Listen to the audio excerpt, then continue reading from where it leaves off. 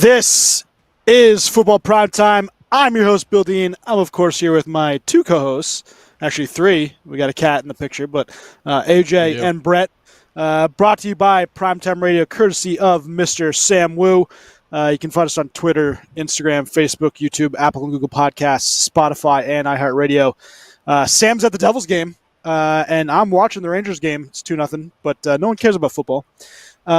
We just passed week 5, getting towards week 6, and I feel like there are more injuries in this entire season to mainstay players than I can remember. I mean, I'm sure someone will come out and tell you, oh, hey, and 2 years ago you didn't even think about it, but you had like 15 major injuries, and it's recency bias, right?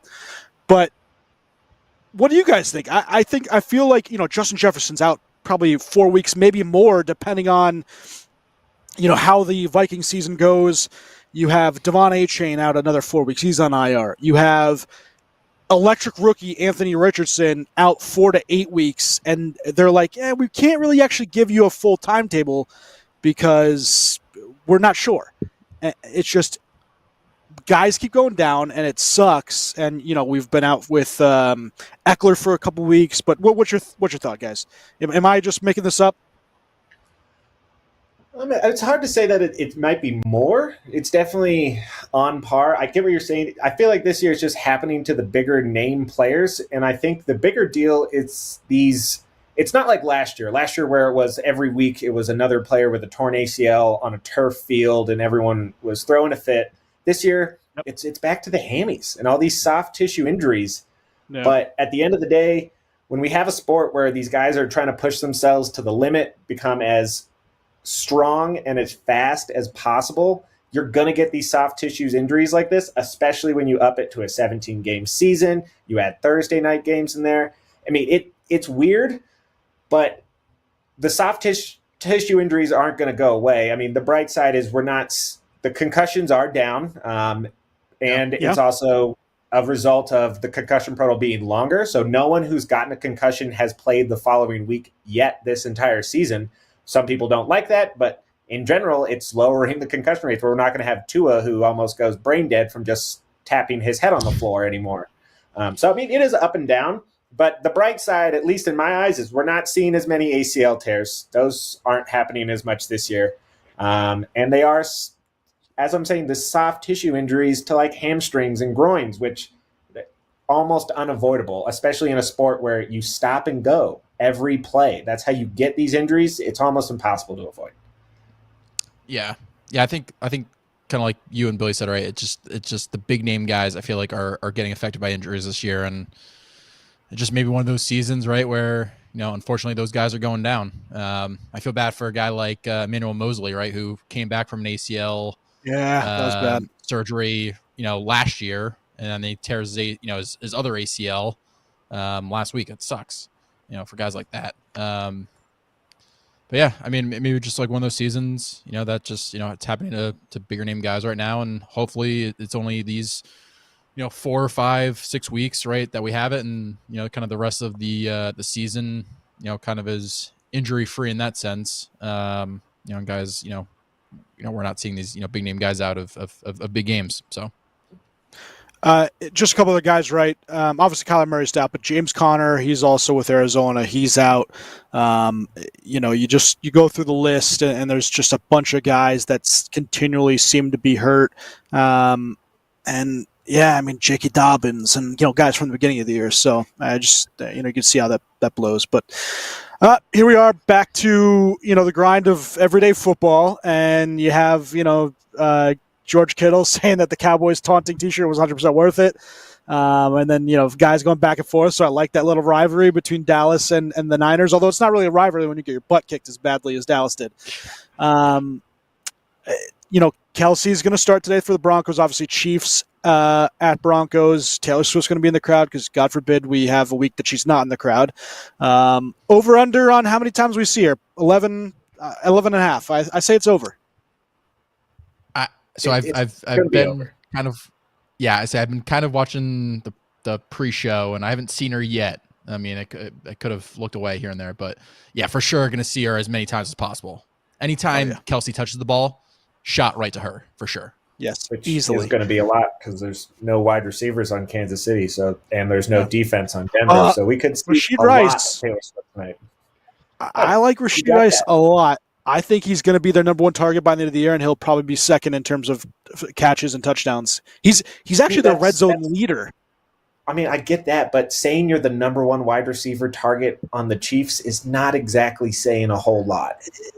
I mean, well, look at, when they had Tyreek Hill, that was a lot, right? And he was their number one receiver. Yeah. So I'm not saying he's Tyreek Hill, but if he gets somewhere 80% of Tyreek Hill, that's really good. Yeah. So, but Broncos looking out, especially after last week's loss to the Jets, in just a bad, ugly game once again. But Broncos are going to look to part even with more players. Looks like Frank Clark might be traded or cut. You have a bunch of guys talking about trades, and get a little hotter as we keep going into the season. But Kirk Cousins seems like the primary guy that's going to be in the rumor mill until the trade deadline, right? You have him, his best target, the best wide receiver in the NHL, I'm watching the NHL Rangers game, but the best wide receiver in the NFL, Justin Jefferson, out for the next 4 weeks. Right now they're 1-4. If you say they're 2-2, which I think they'd actually go more 1-3, that makes them 2-8. Sorry, 2-7 by the time Justin Jefferson would come back. If I'm them, I'm selling my quarterback now for the highest bid, and tank for Caleb Williams. Go and get your quarterback of the future. They already said that they don't expect Cousins to be back next year, so why not just completely blow up the season and get your guy in? Yeah, my only thing with that is it's not just about getting the guy, because if you look at the numbers for Kirk Cousins, his best 3 games were 3 losses for the Vikings, and his worst game was a win. So you're almost looking at the team and saying maybe it's not quarterback what they need. I mean, they need to reamp their defense. Well, they need to improve in that area. So I think that, yes, trading Kirk Cousins is the correct move. Necessarily going for Caleb Williams, that's another move. And I'm only saying that from the perspective is you look at sometimes when these guys get drafted to organizations that aren't ready to win now, but they draft a quarterback that is ready to win now. These guys can kind of sit there for a few years, kind of waste away, and they never pan out too much because they get drafted to a bad situation. Agreed. And it's more just, I think the Vikings need a quarterback, but I'm never a fan of going straight to the draft and trying to get a quarterback as the first step of the rebuild. Like, I like to compare it to the Jets and what you guys have done. Obviously, the Zach Wilson was a miss, but in general, you guys built from other pieces, and now you just need that elusive quarterback piece. Once you guys get it, it's going to be game-changing. But if the Vikings get that first, I don't know if it really is a needle mover for them. And I'll let AJ touch base on this. Vikings have said that Kirk Cousins has not long-term future. This is probably his last year there. So it's not like you can have that luxury. You're going to either have to bring in a vet next offseason as well as your rookie, or you try to re-sign Kirk Cousins a 1-year deal, but then that kind of defeats the purpose of what you guys don't want. They don't seem to want Kirk Cousins anymore. So that's what I know the defense stinks, and this is not on Kirk Cousins, but maximize the value you can get for him, which means early in the season getting him off your team for a higher pick. And then going from there, knowing that you need a quarterback no matter what. And it's not Kirk Cousins' fault. It's just you need assets. See, I think the one thing, too, that the Vikings have to think about, too, is what Justin Jefferson wants, right? Because they have to resign him, right? And if he doesn't like whatever move they do, he could just walk. Yeah. So that's a big piece, too, that you got to talk to him, make sure that he is fully in, right? Get him under contract when they can. If that's telling him, hey, we got to sell Cousins, right? Get as much draft capital as we can, potentially get you Caleb Williams if we finish the season in dead last, or it might be that, hey, we think we had to go the defensive route, right? Like kind of like Brett was saying. Yeah, shore up that defense, and then we'll get some guy, some vet that anybody can throw him the ball, Justin Jefferson, and he'll make a play. So he's the linchpin, I think, of this whole thing. It's whatever he wants. Yeah, what you're saying, whatever he wants. I think it's pretty easy to see what he wants. If you give him the highest paid wide receiver in the league, the highest, guaranteed money, he's gonna have a hard time saying no, because they can, unfortunately, and this is the whole thing with the franchise tag, they can give him that 5th year option and then franchise him the next 2 years, and he kind of is screwed. It's either don't play or you're on your franchise tag. So if they show him the boatload, it's going to be very hard for him not, to turn that down, even despite not having a great view of what the quarterback situation is going to be coming up. So, but yeah, it's going to be interesting to see what teams like that do. The Vikings, Broncos are already looking like they're selling, and I mean, I could imagine them selling off Russell Wilson too. But all right, so start of the game, Broncos Chiefs. It should be a massacre, but we'll see. Last week, we'll go quickly through what happened, the fun stuff. On Thursday Night Football, obviously watched Chicago smack Washington. But AJ, what was your favorite game to watch of Week 5? I mean, it's the game I think we watched kind of as we were, doing our draft for hockey. But the Jets-Broncos game, even though it was some terrible football, McLaughlin, right, for the Broncos playing out of his mind and, playing well. The Jets defense looking kind of shaky that first half, and then all of a sudden turning around, shutting down anything that the Broncos offense, kind of had going on. You had them go up late, the Jets, and then seemingly like they have the win sealed, and then you have Zach Wilson throw the interception that was a terrible ball to Wilson. A bad game, but it was so entertaining to watch. So and I think that was my highlight of Sunday. I mean, it was altogether bad. Breece Hall looked great. Zach Wilson, though, was terrible, and that just led me to more of we need a quarterback, especially when your running back is doing so well. Brett, let's hear it. What was your favorite game of the Week 5 slate? Honestly, it's hard to pick. I mean, because there were, I'm going to say it, so many bad games last week. Yep. It's hard to find one. I mean, obviously, I'd love to say the Steelers-Ravens, but that game was trash for 3.5 quarters. It was a terrible game of football. The last 2 minutes were a lot of fun. But besides that, I mean, it was nice to see Joe Burrow and the Bengals wake up. I mean, it's nice. Yeah. I mean, I don't enjoy it. It's just nice to have, one of the top teams in the NFL. No one likes turning on SportsCenter every morning and hearing the same narrative every week. So we're done with the Burrows wash narrative for now. But in general, I actually really liked the Falcons-Texans game.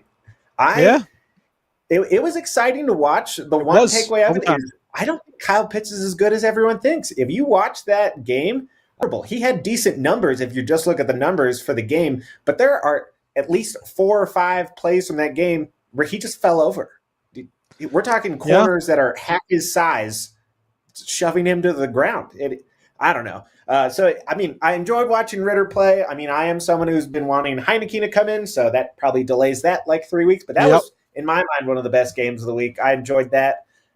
Always fun to see the Lions beat up on anybody because you just feel good when the Lions do something because they've been so bad for so long.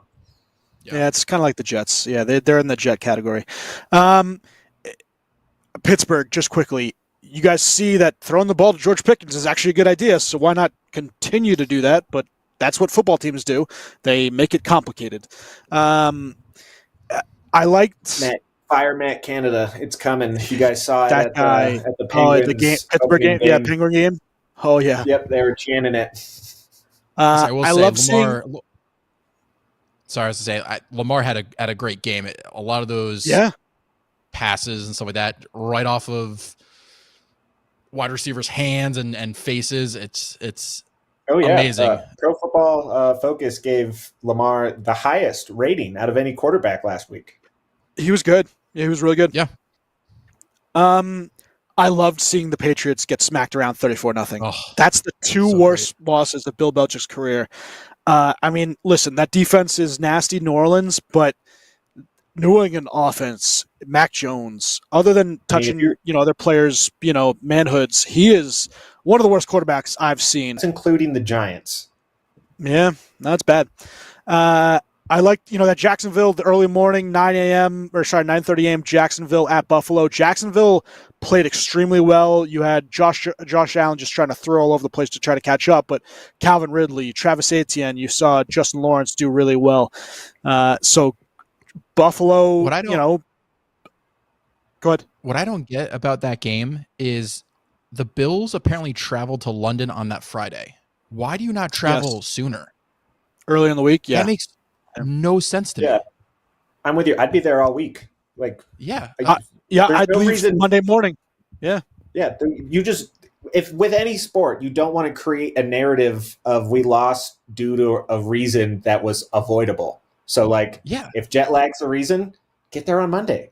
You're telling me they can't practice at one of at Chelsea Stadium or go up to Tottenham, just any team in London, and just go practice at a soccer arena for a week? Why not?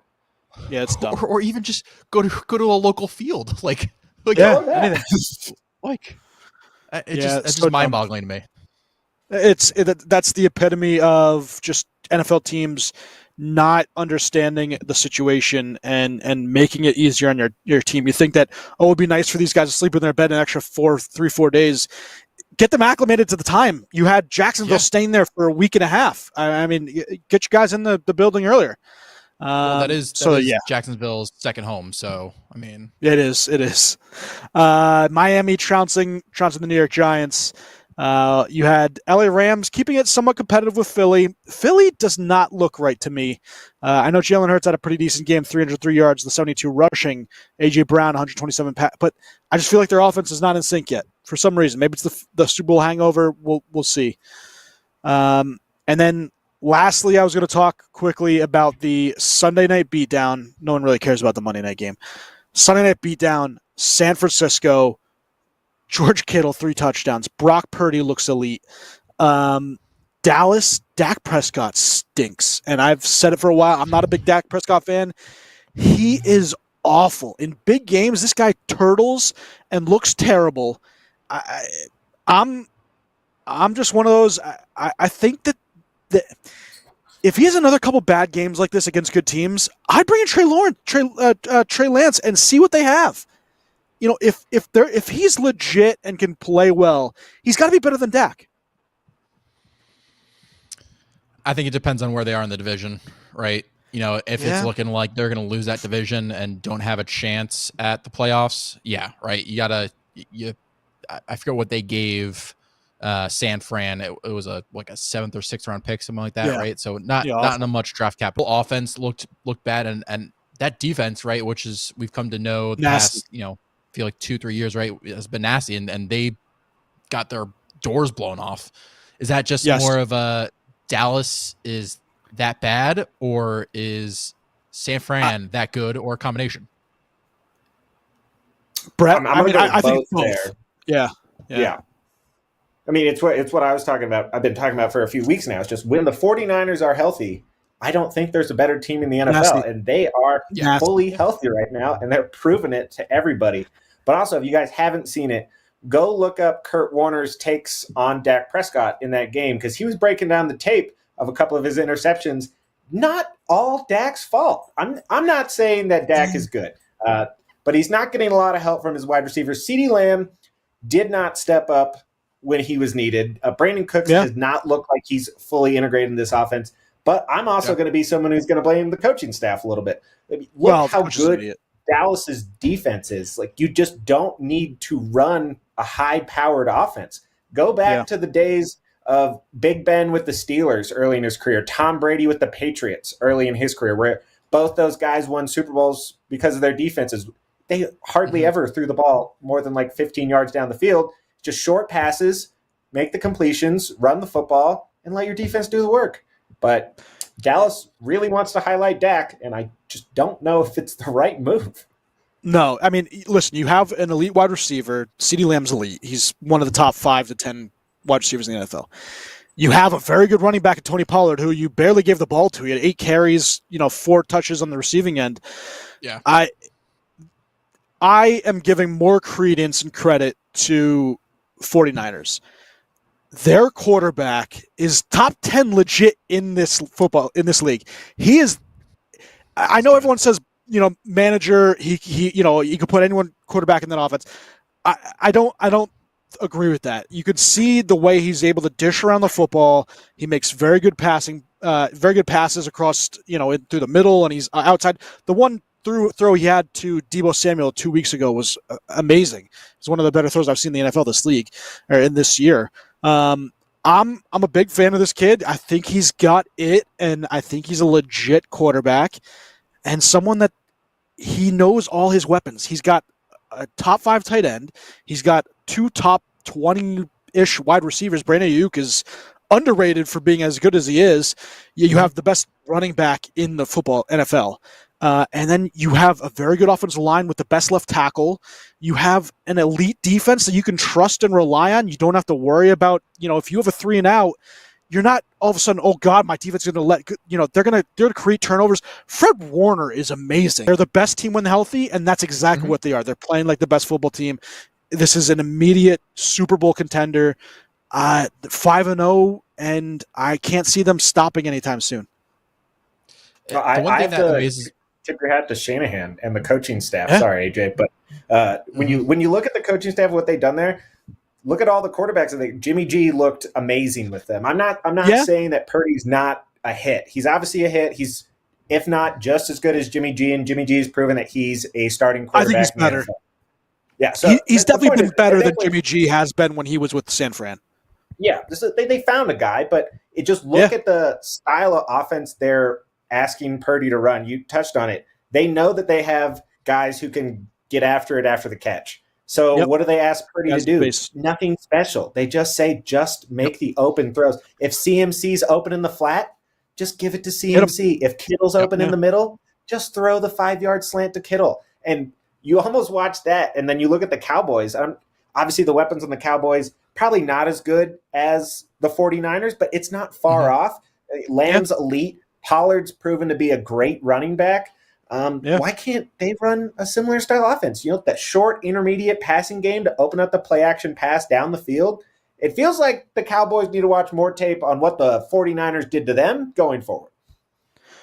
Yeah, that's exactly what I was going to say is it's this whole system, right, is a product of itself, right? So Purdy's playing well because he has those weapons, and it's because of Shanahan's offense and everything like that. And it almost reminds me a little bit, right, of when Mahomes kind of came in the league, right, where he had all those weapons and Tyreek Hill, he had Travis Kelce, he had the weapons, and that system was so dominant and good for him. Yeah. So it's a lot of the credit goes to the coaching staff, but I do think Purdy this is the best thing for him, right? He's being dominant and succeeding early, right? And that it's only going to do better for him in his career. Yeah, it's what I wish the Jets would do with their quarterbacks, which is quick little passes, get the guys in rhythm. Instead, it's run, pass, and then on third down, you're already down the chains, which just whatever. Enough of the Jets. Let's go to this week's slate, and then we'll sign off. A lot going on right now. Kansas City, Denver. What is the score? Is it still zeros? Yeah, zeros with Kansas City having the ball. All right, let's talk about this game. I'm sure we all assume that KC's gonna blow them away. What is, AJ, your favorite game of the week here? I mean, game of the week, obviously, just because I have roots, in it, is the Eagles Jets. I just want to see how the Jets defense matches up against that Eagles offense.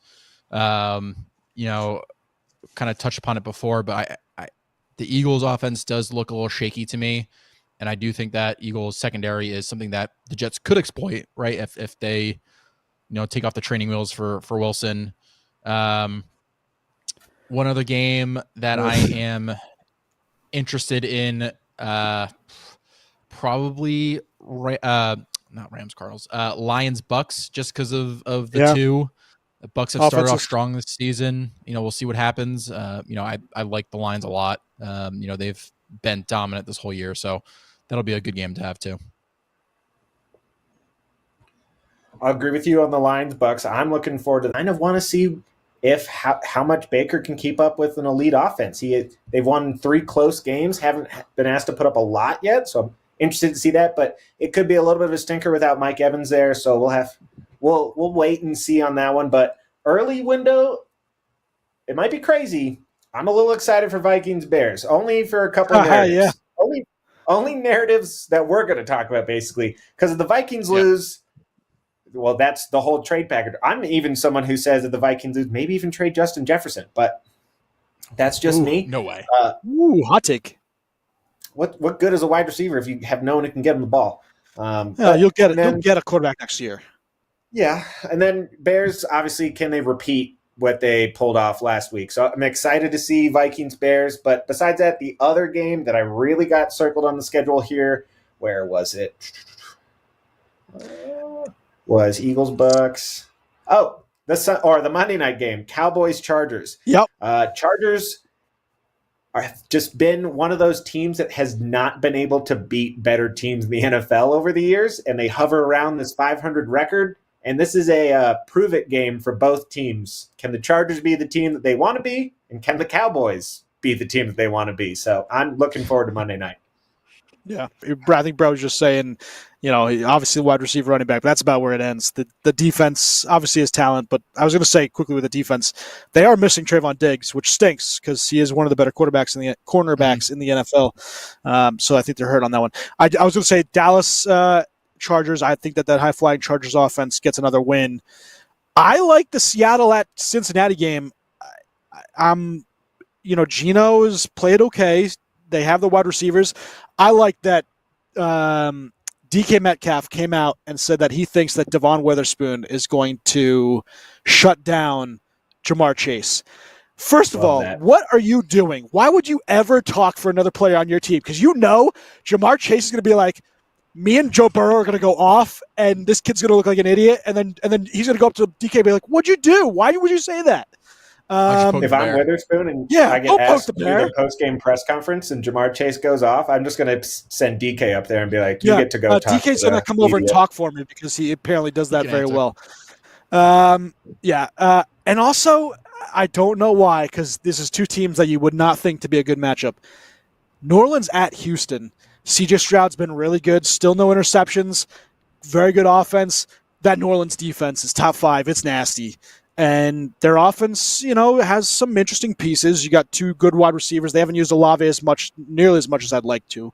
I actually think for some reason I'd rather see Jameis Winston as the quarterback in this offense. I don't think that Carr does enough. I think that Jameson swings the ball around. And with that defense being so nasty, it almost makes sense to have a gunslinger.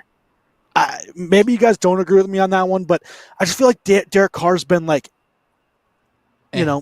like a worse version of Kirk Cousins. He had a shoulder injury for the past couple weeks, so that's slowed him down. But so then take him out and put in Jameis, knowing that he is a competent quarterback. I say competent. I mean, guys, that's a record all in itself. But I feel like don't get him out, put in someone for the time being until he gets healthy, and then you see what happens. But I don't know, for some reason I do believe that he would work better with this team. He's just an electric quarterback. Electric. Yeah. I'm always going to be someone who sides where if you got a good defense, as long as you don't turn the ball over, that's all you need to do. So I know Jameis, yes, completely has the highlight plays, but as long as Carr doesn't turn the ball over, that's kind of all they need. Yeah, true. I mean, the one game I do not want to watch with a 10-foot pole is that New England and Las Vegas game. It's the Bill Belichick Bowl. It's the Patriots Bowl is what it is, because you got obviously Tom Brady and McDaniels on one side, you got Belichick and the Patriots on the other. That is dog crap, and I don't want to go anywhere near that. But so do we think that Belichick will break Shula's record? So what is he at now? So I'm just looking at this now. So Shula holds the record at 328. Belichick apparently is at 299, if I'm looking at this right. So he needs 29 more wins. Without a quarterback, that could be a while. Yeah, 3 seasons, 4 seasons. That's it. Does that include playoffs too? Right? No. So No playoff playoffs. wise, Shula's at 347, Belichick's at 330. So even that. 17. Yeah.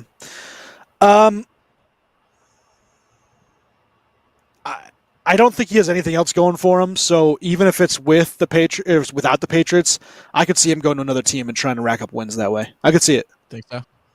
Yeah, I could. All right, let's do some trivia. We'll get out of here. Look, week 6, it's amazing. Game and ties him for 3rd all time. Which 2 players does he trail, and which player is he tied with? All right, so 14 games of 150 or more receiving yards. Yes. I mean, Calvin Johnson just seems like a logical answer.